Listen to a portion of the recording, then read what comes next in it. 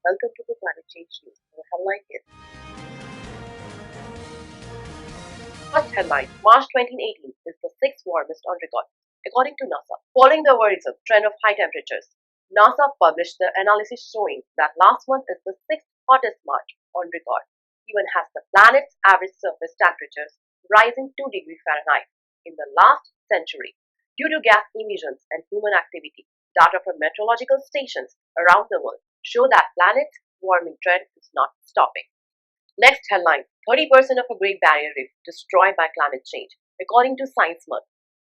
And climate change is not only affecting the atmosphere, but the ocean is suffering grave consequences too.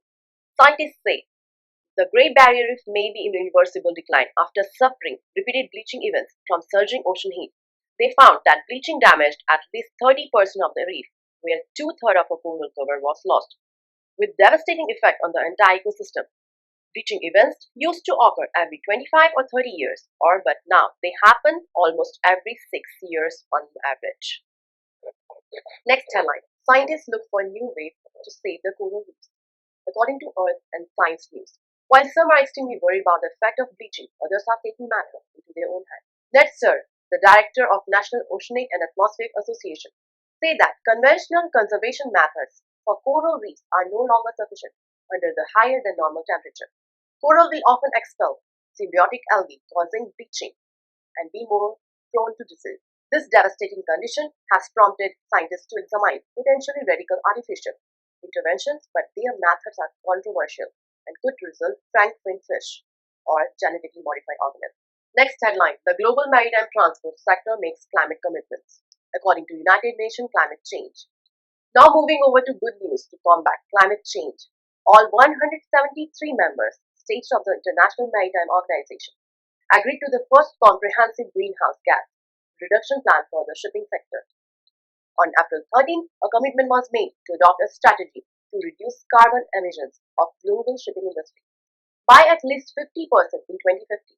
International shipping accounts for around 2.2% of global CO2 emissions, and they are projected to grow between 50 and 250% if no action is taken. The strategy will be further reviewed in 2023 in light of new science and available solutions. Currently, many promising alternatives in boat design provide greener energy sources, such as LR prototype hybrid cargo ship that use both electrical and wind propulsion. Next headline Malawi amends wildlife law to prevent poaching, according to UN Environment.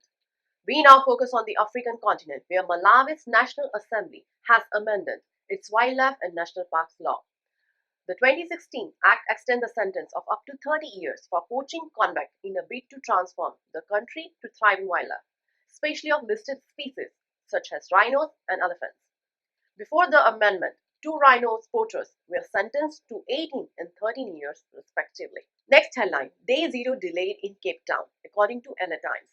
Further south in Cape Town, capital of South Africa, the Day Zero has successfully pushed back as the town is hit by worst drought in 100 years. 22nd of April was set as day zero when all taps were expected to dry out. Unlike Californians who use up to 109 gallons of water per day, Capitonians use 13. Compliance with this act is essential even as violators are fined. Nonetheless, it appears there is no end in sight for the drought. Next headline Environment Project to Protect Palau Ecosystem, according to UN Environment. Now moving over to Palau. This archipelago, consisting of over 576 islands in the Pacific Ocean, is home to a plethora of unique plants and animals. Now the UN Environment Agency created a project that aims to improve livelihood and protect biodiversity, as the majority of the population relies on its natural resources for income. This project will go beyond the interest of the community and will teach the local population to be part of the environmental decision making.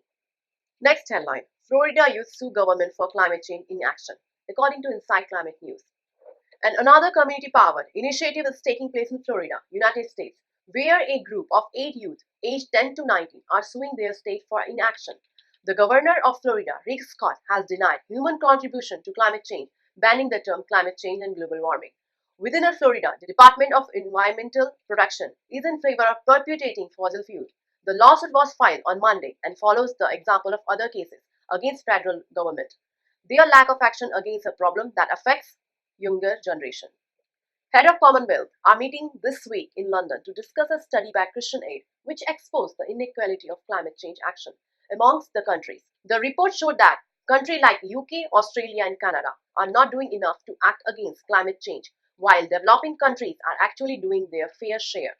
The report showed that countries like UK, Australia and Canada are not doing enough to act against climate change, while developing countries are actually doing their fair share.